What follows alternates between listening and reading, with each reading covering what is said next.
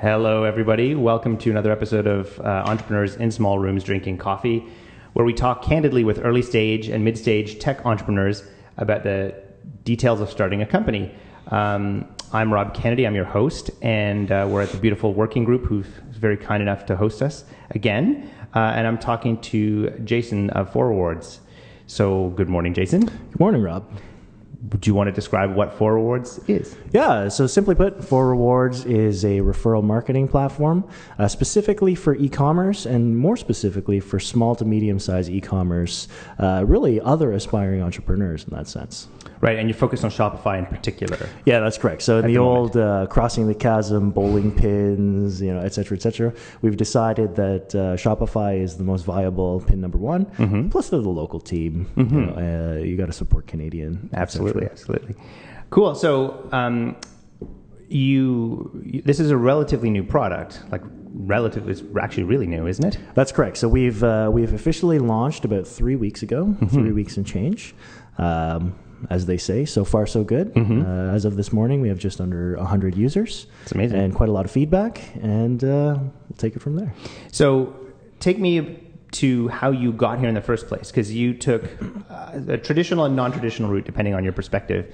You didn't just build a product company and start. How did you get started on this path? That's right. So sort of the easiest place to start is maybe in my career. The 5-second elevator of my career is I was on the road to being a marketing executive big shot, mm-hmm. traveling the world, doing PowerPoint presentations, in some ways not knowing what I'm doing, but actually in reality knowing quite a lot about marketing strategy and understanding how to bring products to market mm-hmm. and build reputation and buzz and whatnot for your brand.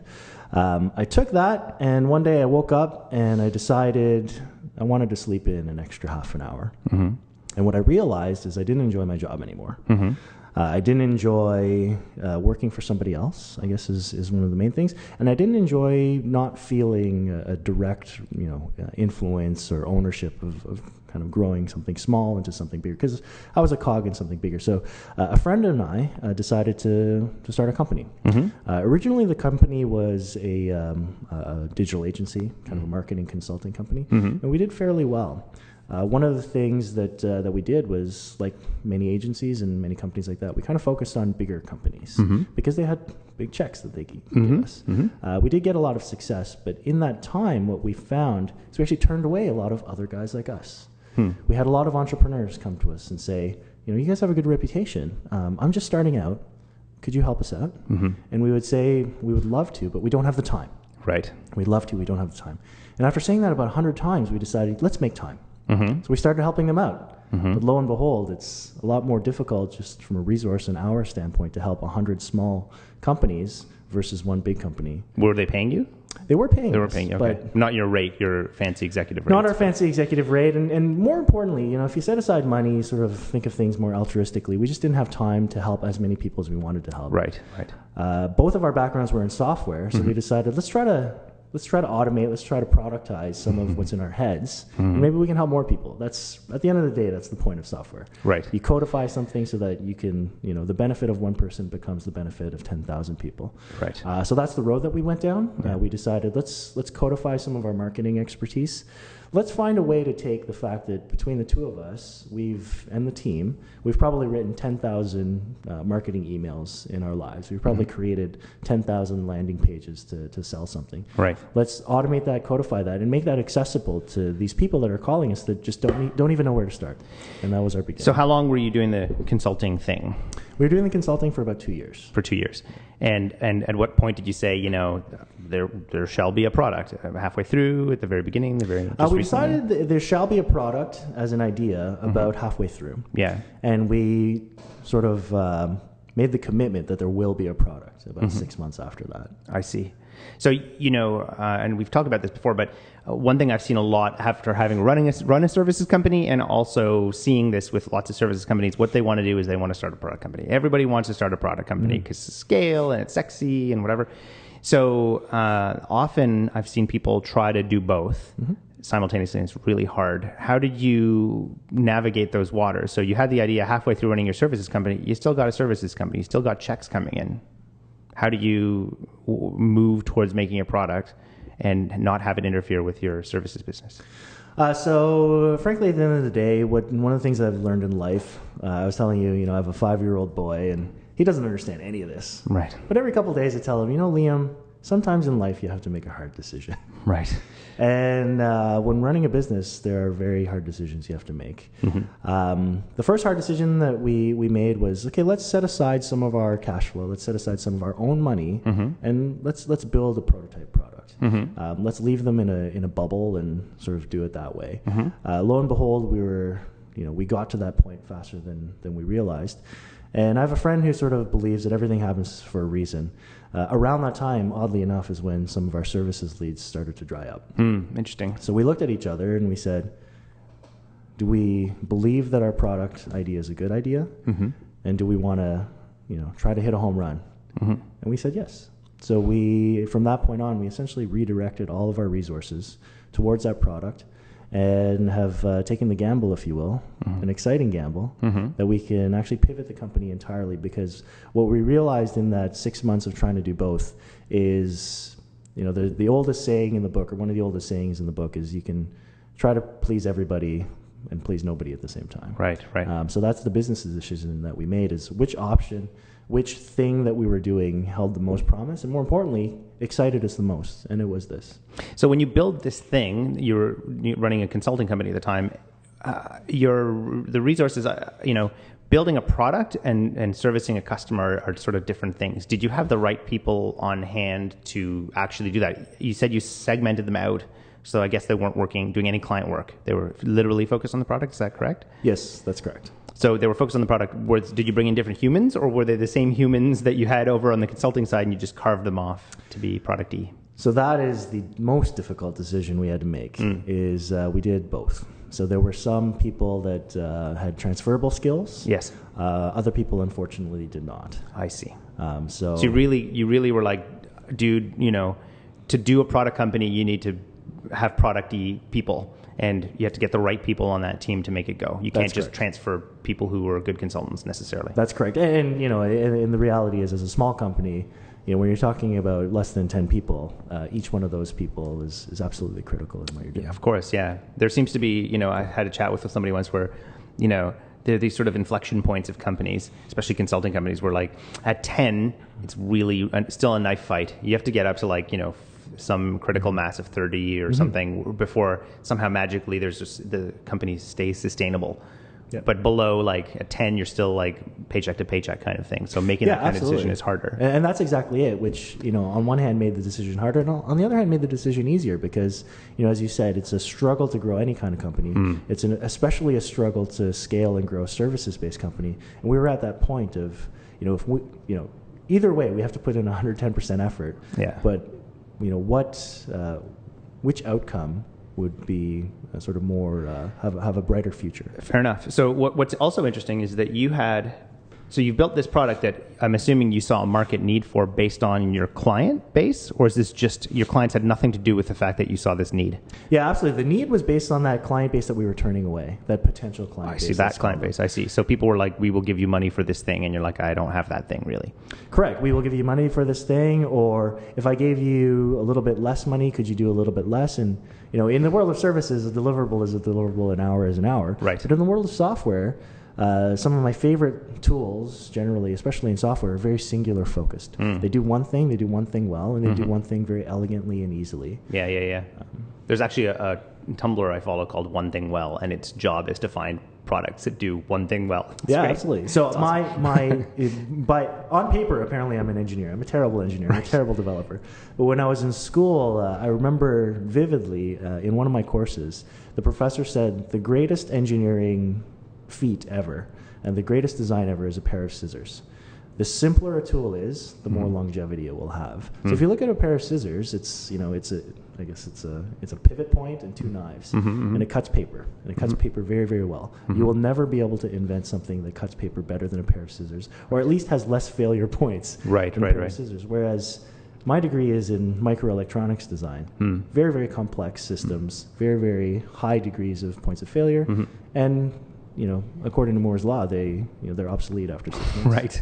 So when you moved on to the product itself, when you decided to sort of stop doing your services stuff and double down on this product, had you got validation from your potential customer base that this was even a thing? You're like, I think it's fully baked enough to just now get that validation. Like, how did you know when to bet your kidneys on the Yes. product? So there's sort of two elements of that. There's, I suppose, a quantitative element of the chart that we were beginning to plot in terms of adoption was beginning to get exciting. The other sort of interesting thing was the type of feedback that we got. So when we were working as a services company with a client like Everlast, who was one of our clients, the boxing company, we were working with a marketing manager who was not the nicest person. Okay. And primarily because their responsibility was to manage the budget, manage timelines, and we were treated as such, which is fine.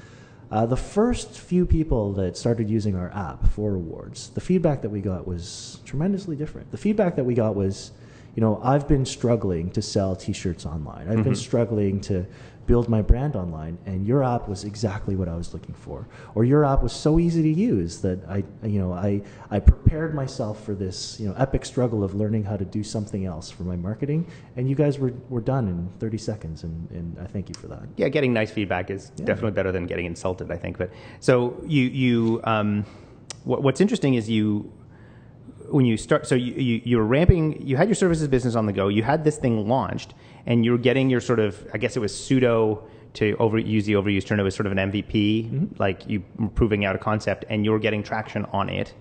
That's and nice. Based on that traction, you decided, okay, I can see something here. I'm going to stop doing the services thing and focus on this completely. Yeah? Yes, that's correct. But what's interesting is that, so we went from checks of, 6-figure checks or whatever, 5-figure checks, to help people on Shopify specifically.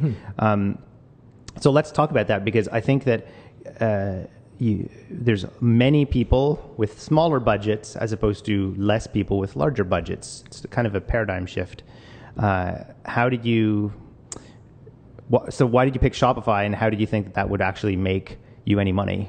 Yeah, so that's the bet that we're making, is if I put my product manager hat back on, at the end of the day, I could probably list, if you gave me 5-10 minutes, the number of Everlasts there are in the world. Right. And we probably could have gotten to all dozen of them through our word of mouth and through a little bit of hustle. That's fine. But if you step back and look at the macro opportunity that exists, not specifically in Shopify, but generally in that world of small to medium-sized e-commerce, it's actually massive. And that was the thing that excited us the most. So, but isn't it super hard? I mean, like, everyone wants that market. Google, Microsoft, App, everyone wants that market, but it's huge, amorphous, it's a blob. Yes, there's a lot of money and there's a lot of it. It's almost like direct-to-consumer marketing in a sense, because there's just so many. That's correct. That's absolutely it. But in that is actually a larger opportunity than a lot of people recognize. So there's sort of two factors that are going on. So if you look at the numbers, right now in North America, online commerce, e-commerce makes up about 10% of all of retail. The interesting thing about that 10% is it's tremendously dominated by two players, Amazon and eBay. Okay. If you look at the shopping mall and you look at just the brick and mortar retail experience, there was a time when department stores dominated. And then that sort of evolved into this shopping mall full of boutiques, a shopping district full of boutiques. Because I assume that the specialty could differentiate. Like, if you're very, very hyper specialized, you could deliver a larger selection, and then a department store who has like one blender. That's absolutely it. And what we believe is that online is at that inflection point where specialty boutique will begin to grow even faster. And online retail as a whole is projected to double over the next 10 years. So as it goes from 10 to 20% of all of retail, the gamble that we're making is that specialty/boutique will begin to take on more and more of that pie, as opposed to eBay and Amazon. And if you look at Shopify themselves, they're in effect validating that assumption for us.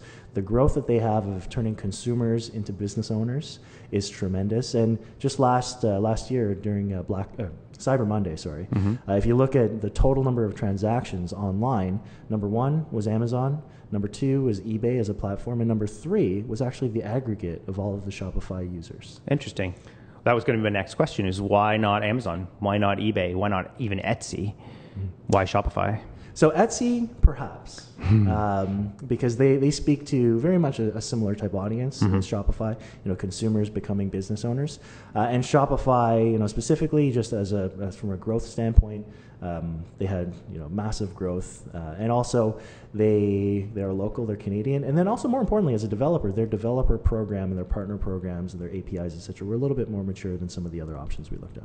I see. So okay, that's very interesting. So you, it's interesting because you're building a referral marketing tool, and I'm assuming that one thing that will make you successful yourself is referral marketing. Absolutely. Which is very. So do you have like a Shopify store for your tool? We don't have a Shopify store for our tool, but we have a sort of a referral program for ourselves. So yeah, actually, so you kind of gave your pitch at the very beginning about what you're trying to do. So mechanically, what happens? I'm a Shopify seller. I sell, photo books, as we're going to do with Impressed, and I set up a store. And then how do I use your tool? Why don't I just email my friends and post on Facebook, hey, come to my store? So you could. There's sort of two elements of that. So fundamentally, the need that we're trying to fill is running Impressed. I'm sure when you got your first order, the first question you probably asked yourself or asked your partner was, wouldn't it be great if we could turn this one customer into two customers really easily? Yes. And there is actually a way. It's referrals and word of mouth. That's fundamentally why it's the oldest trick in the book. It's why when you go to a small neighborhood restaurant, if they're good, the owner will come out, shake your hand, and say, "Why don't you come back or invite your neighbors?" Online, you don't have that personal relationship, so you would have to email your friends. You would think it's a no-brainer because of that, but if you look statistically on the consumer side, consumers are willing to do this, first of all. Research will say that over 80% of consumers are actually willing to refer businesses and brands that they frequent, but only about a very small fraction of them do, because interestingly, statistically, less than 10-15% of businesses are actually running a formal referral program. I see. Because it's hard to set up? Or they're not marketers, or they don't care? Or? All of the above. Okay. So one of the things is a lot of businesses make the mistake of it'll happen on its own. Yes. Because it is such a no-brainer. Right. The other mistake, or the for businesses that do try to set it up, oftentimes it's just too time-consuming to set up and manage. And then sometimes if they sort of set it up improperly or do it without sort of some help, then it just underperforms what it should. Right. And okay, that's cool. So I set up a store. I add your product to my as a plugin or something to Shopify, and then I pay you a fee monthly or something like that? Yes. That's per referral or something? That's correct. So we wanted to keep it quick and easy, simple and straightforward for this type of audience. So rather than having a kind of a commission structure or performance fee, it's just a straight SaaS model. There's a few different service levels that we offer, and you pay a monthly subscription. So it's fairly straightforward if it's a fixed cost. And then, so I when I buy that thing, when somebody buys my photo book, for example, I'll get an email from your platform saying you should tell friends about your stuff, and you make it easy for the marketer and also for the user to do it. Is that your value prop? Really? Yeah, absolutely. That's correct. So one of the things that we were laser focused on was making it easy and making it not forcing anybody in the chain of that referral to do any work. So you mentioned one of the alternatives, one of the things that you could do other than use our app is send out emails, which is fine. That actually probably would work really well. But from a labor standpoint, you would need to actually write those emails and send those emails physically. So first of all, we automate that. The other thing that we automate and remove the work from is, if I put my old salesperson hat back on, there's a saying that you have to get through 7 no's before you get to a yes, which means oftentimes you have to ask people more than once for them to do something. When I was a kid, I had to ask my parents 5 times to get an extra $5 on my allowance. Right. So we take that same philosophy and we don't just automate one email send, we automate multiple email sends.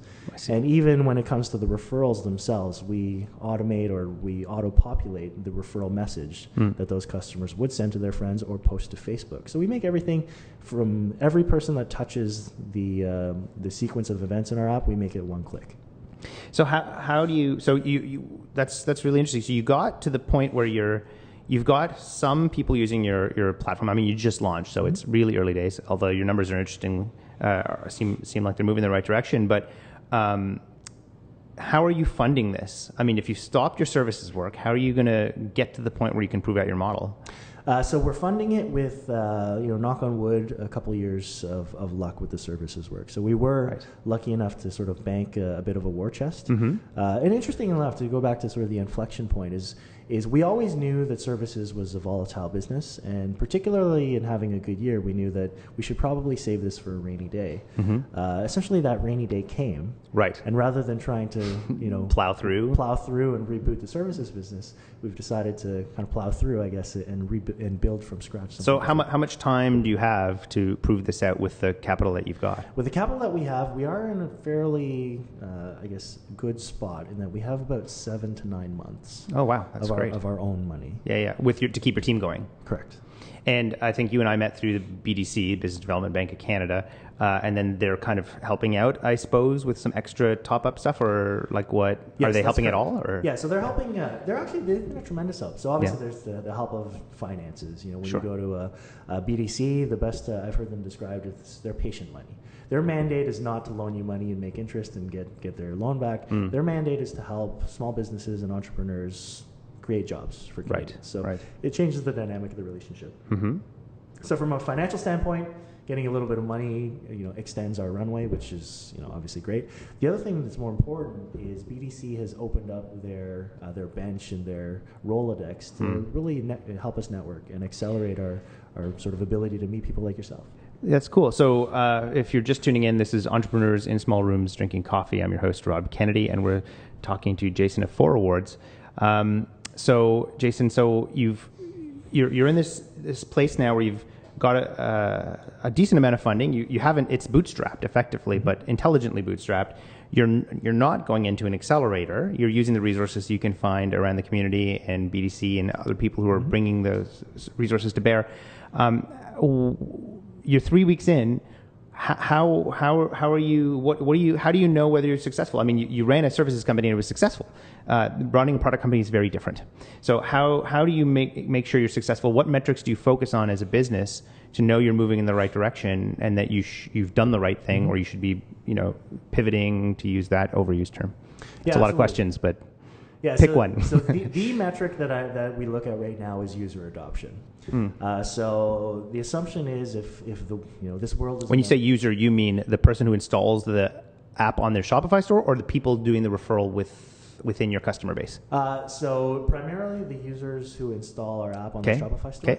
The usage of the customer base is sort of, as a sub metric, is the validation of the efficacy of the functionality of the product itself, which, knock on wood, so far so good. All things are pointing. So your top line is customer acquisition. Can we get customers? And then to me, using the Dave McClure pirate metrics thing, activation and actually getting them to use the service is coming, but right now you're focused on getting those customers. That's absolutely correct. Yeah. Okay. So the primary number is getting those customers, and then our conversion rate or activation rate is something that obviously we monitor very closely as well. But if we can get enough users, then it gives us more users to really, improve that conversion rate. So how do you know you're doing it right? I mean, you're going to get customers for anything. Well, that's not true. Almost anything. How do you know that you're like, dude, this is, we're getting 2 a week or 8 a week, and it seems to be moving in the right direction? Or how do you know you've hit the problem you're trying to solve? So we've set ourselves some fairly ambitious goals. So there is a sort of an end goal number that we want to get to, essentially before we run out of money. And we've sort of reverse engineered an equation there to see how many users we need to hit that. And then more importantly than that is, I'm a numbers driven guy, but I understand in the real world there's always nuance in numbers. So one of the things that the BDC relationship has helped us do, and also just actively networking, is we have a network of trusted advisors who will tell us fairly frequently that we are being foolish and we're off track. So you got new set of advisors as you moved into this sort of rejig, or is this the same advisors you had before? New set of advisors. Who focus on product-y type things. Correct. Or SaaS-y type things. That's correct. That's really cool. So what you've got now is a problem of hundreds of people who you sort of know, who undoubtedly have completely different opinions about what you should do with your business. How do you parse that? The amazing thing is you'd be surprised how little disparity there is in the opinions. particularly when it comes to making hard decisions. Obviously one of the hard decisions we talked about was we did have to let a couple people go. In my heart, I was hoping that out of our 5 advisors that I called, at least one of them would try to talk me out of it. Right. None of them did. I see. In fact, all of them said that they were, in effect, waiting for us to do it sooner. So that's one of the big surprises that's sort of I've come to accept is, despite the different backgrounds of the different people that we talk to, the different different types of personalities, when it comes to important decisions, it's the feedback that we've gotten has almost been universally the same. Interesting. So have you set up like a board of advisors formally, or is it just an informal network that you tap when you need it? We have a formal, informal set of advisors. What does that mean? So they are formal in the sense that we have a formal schedule of sort of meetings and updates, and they're formal in the sense that they allow us to use their names on presentations and things like that. Right. But I suppose they're technically informal in that we, because we're bootstrapped and for the time being we're happy doing so, we haven't asked them for sort of for financial commitment, investment, etc. Oh, you want money from them as opposed to you give them money for being advisors or equity or anything like that? Correct. Actually, interestingly enough, one of the things that shocked me that was consistent across all of our advisors is we offered them equity and they all turned it down. And did they say why? Or yes, they all turned it down because that's, in different words, that's not what they were about. Right. They were about helping other entrepreneurs live the dream that they were able to live. And at the point that we were at, they felt that a handshake was more important than equity. Interesting. So you're focused on acquisition right now, customer acquisition. And I think a lot of companies, especially because you're targeting so many people. I think the statistic you told me the other day was the average Shopify revenues, like average store has a certain revenue number. What's that number? Yeah, the average Shopify user, the average small business running on the Shopify platform in a full year, in a calendar year, actually does in and around $20,000 of sales. I see. So that's very much a hobby.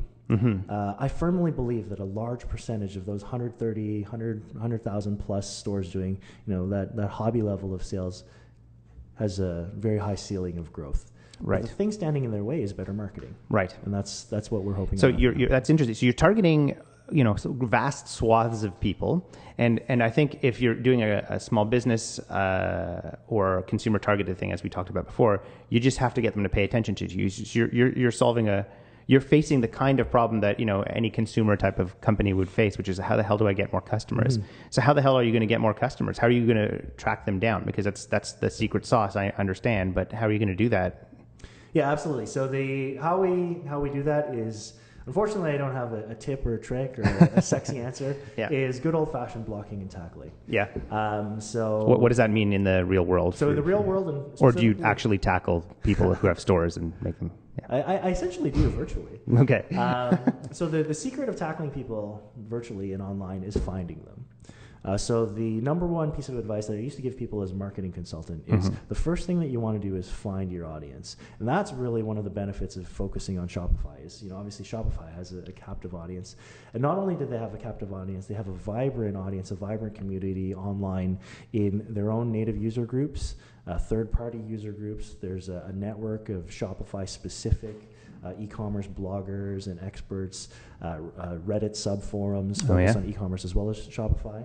And the blocking and tackling is really making our name for ourselves within those organic communities, because if you can build trust within those organic communities because they're so vibrant, then that's really the secret to our own word of mouth. Got it. That's pretty cool. So, as we wrap up here, and once again, you're listening to Entrepreneurs in Small Rooms, drinking coffee with Rob Kennedy, and we're talking to Jason of Forewards. You're really early. You're 3 weeks in. You've got some numbers. You've got some people using your platform, and you're getting feedback. What are your next steps, and what's your next sort of milestone to moving in the right direction and making sure you're doing the right thing? So there's a couple mini milestones. The next major mini milestone will be really better understanding what our conversion rate or activation rate is. So like many apps in the world, we're offering a freemium or free trial model. Yes. So that free trial will basically run out for quite a lot of our users fairly shortly. Is it 1 month thing? So It's actually 45 days. 45 so days. We're Okay, a couple weeks out from that judgment day. Yeah. So we have an idea based on the usage numbers of the users themselves, of who are guaranteed to stay and some on the fence. So we'll wait to see that. And then the next major development milestone is another hard decision that we made is we actually built the app on Java, the least sexy technology stack that you could build your right. The app version 1 was built on Java Spring because that's what we knew. And that's what we knew we could use to confidently release a product within a very, very short time frame.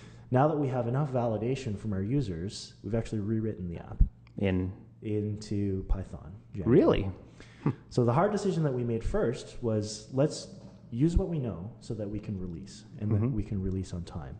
The hard decision we made second was we're onto something. Now let's rewrite it with a little bit more of flexibility because we now believe there would be a future for it. But that's an investment. Why not spend those dollars marketing? Why rewrite a platform? We're rewriting a platform for future product reasons based on the marketing feedback. I see. So again, rather than iterating on the tech you've built, you're like, I'm going to iterate, but I'm going to rebuild it over here. That's correct. Yeah. So one of the things that we've learned about Python Django is the lightness of that technology stack. Essentially will allow us to fit in, if you will, 2 or 3 features for every one feature of code-wise that would have gone into our Java stack. So we've actually rewritten the app already. That's really cool. So your next steps are see whether what the activation rate turns out to be, tweak your messaging, I suppose, based on what that activation rate is. Correct. And continue to sort of block and tackle the Shopify community to explain your value prop to them, kind of on a one-off basis. Is your goal ultimately to continue to bootstrap? Do you ultimately want financing? Have you thought that far ahead yet? Well, our goal ultimately is to build what my father would call a real company. And obviously there's a lot of things that eventually will be needed to build a real company. So that's our end goal, but right now we're taking it one step at a time. Makes sense. Well, thanks very much for your time, Jason. I really appreciate it. We'll have you back. It's so early days. It'll be interesting to see where you go over the next few months. So we'll have you back and sort of see real-time updates. So thanks again for listening, everyone. This was Entrepreneurs in Small Room Drinking Coffee. I'm Rob Kennedy, and we'll see you next week, early, 8 o'clock Eastern Standard Time on Thursday.